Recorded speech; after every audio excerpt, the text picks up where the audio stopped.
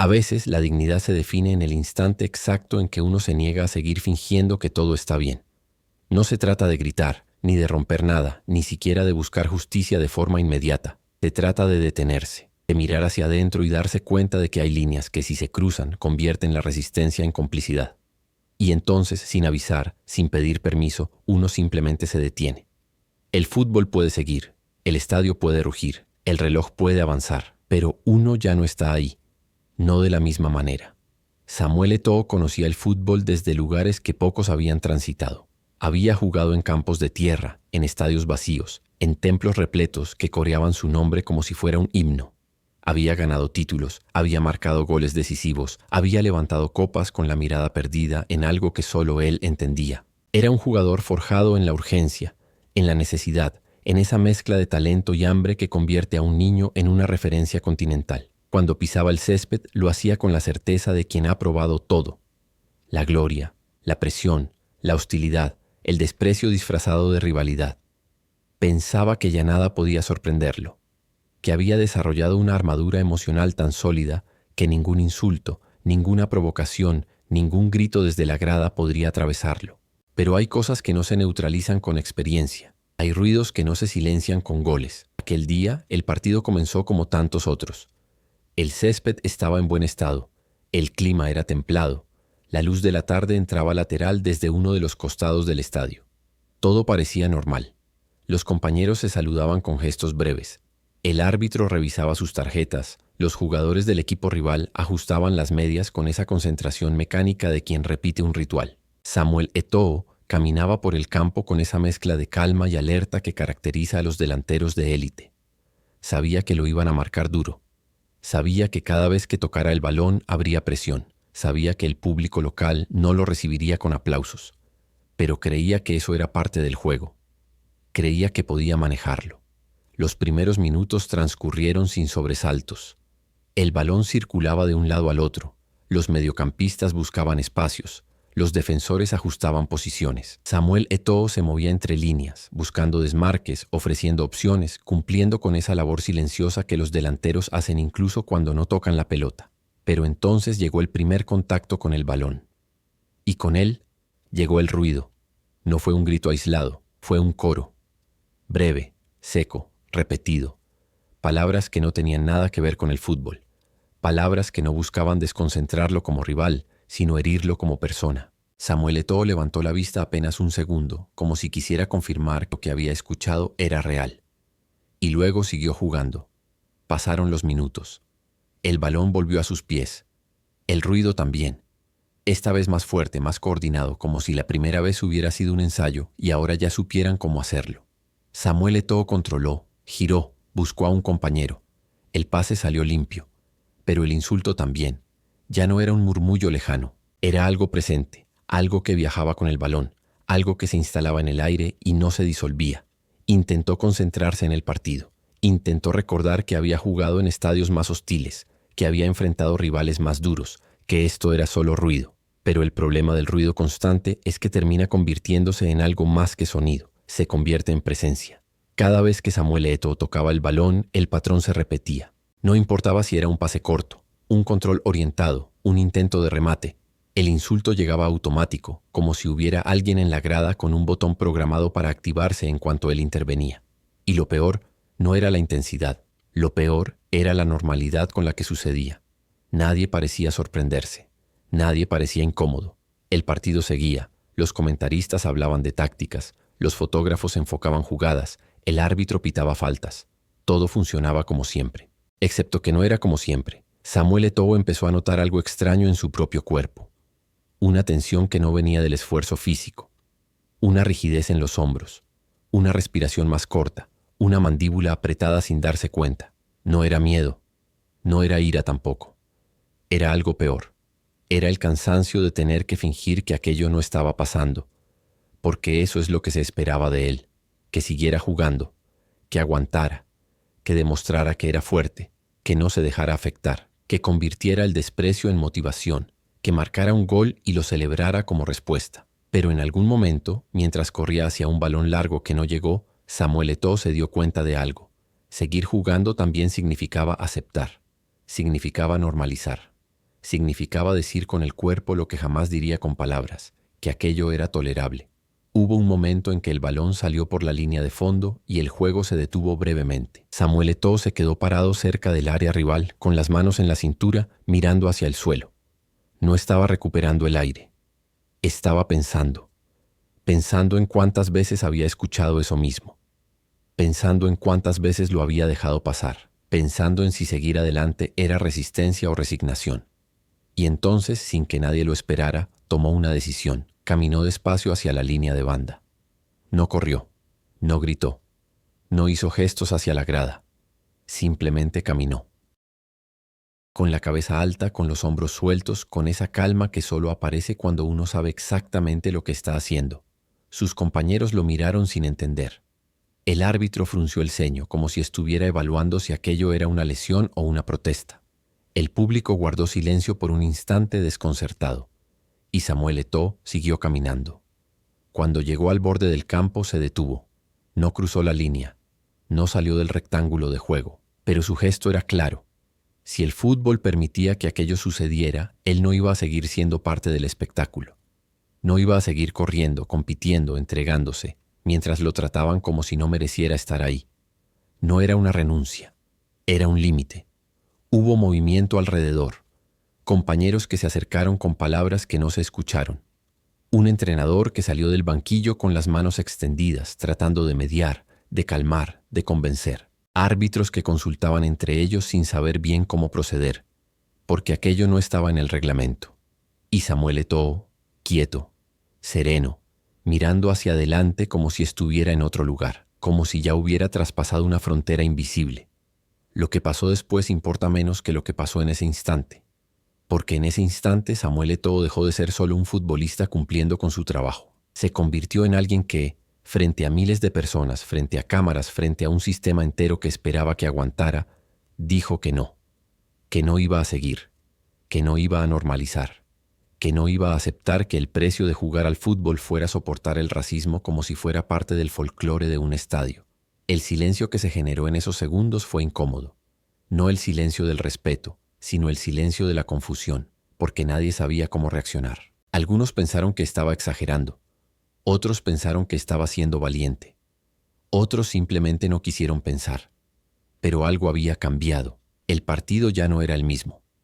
Aunque el balón volviera a rodar, aunque los jugadores volvieran a sus posiciones, aunque el cronómetro siguiera avanzando, algo se había quebrado.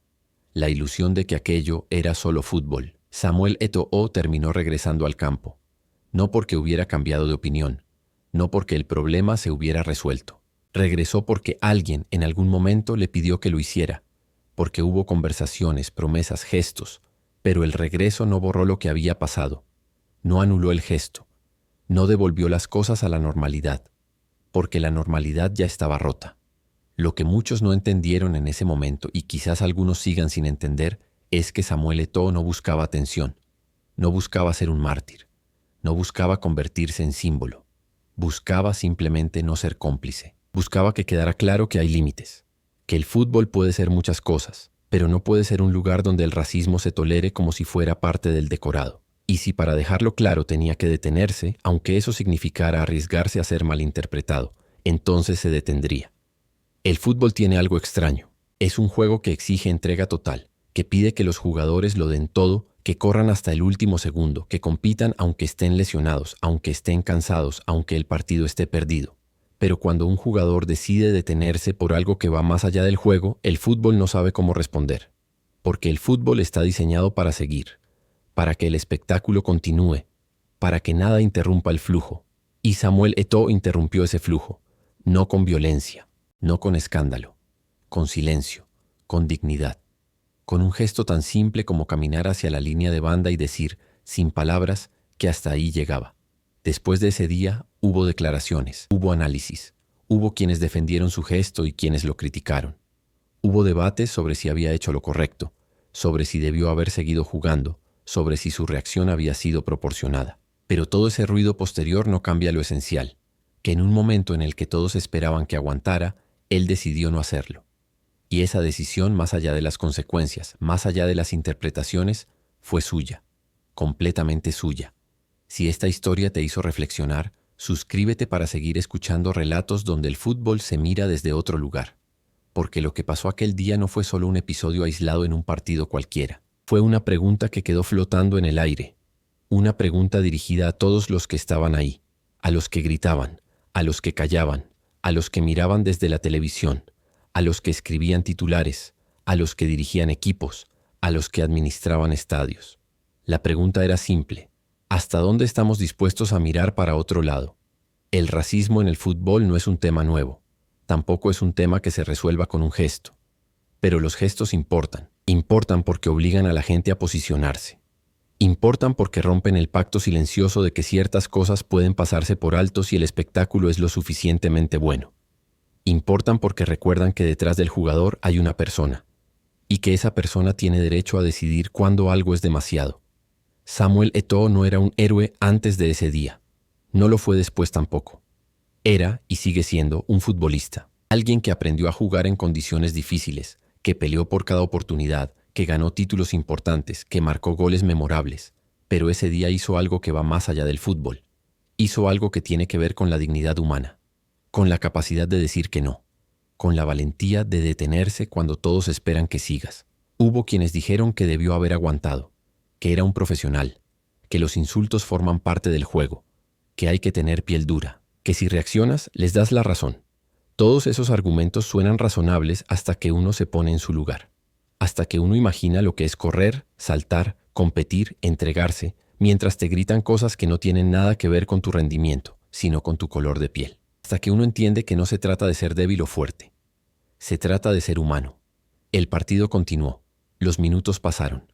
El marcador o no cambió, eso ya no importa. Lo que importa es que algo había quedado expuesto, algo incómodo, algo que muchos preferían ignorar. Y Samuel Eto'o con su gesto lo puso en el centro, no porque quisiera ser protagonista, sino porque ya no podía seguir fingiendo que aquello no lo afectaba. Cuéntanos desde dónde estás escuchando esta historia, porque historias como esta trascienden fronteras, trascienden épocas, trascienden el fútbol mismo.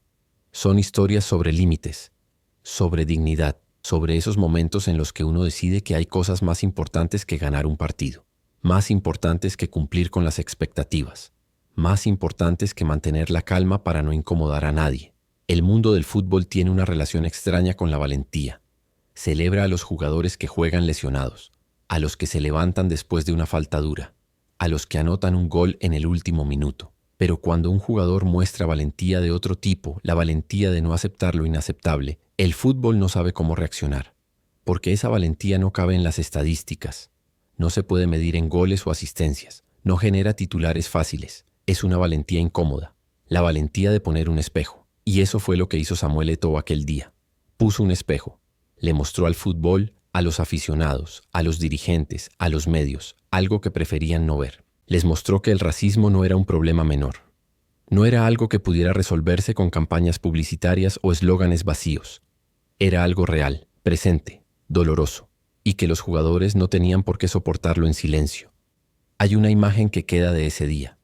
No es una fotografía, es una sensación.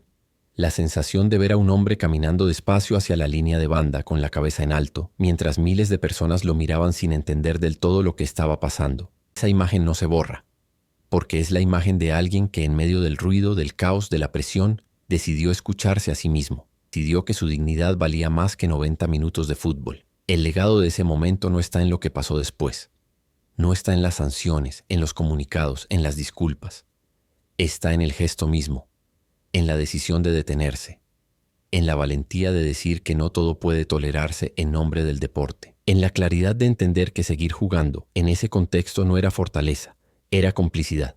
Comparte este video si crees que poner un límite también es una forma de valentía, porque de eso se trata, de entender que a veces la respuesta más poderosa no es el gol que calla a la grada, es el silencio que obliga a la grada a escucharse a sí misma. Es la pausa que rompe el ritmo y hace que todos se pregunten por qué están ahí, qué están celebrando, qué están permitiendo. Samuel Eto'o siguió jugando después de ese día.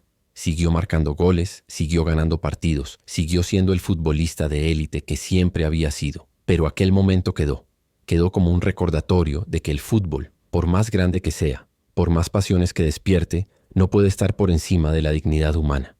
Quedó como una advertencia de que los límites existen y que cuando se cruzan alguien tiene que decirlo, aunque sea incómodo, aunque sea polémico, aunque sea difícil de entender.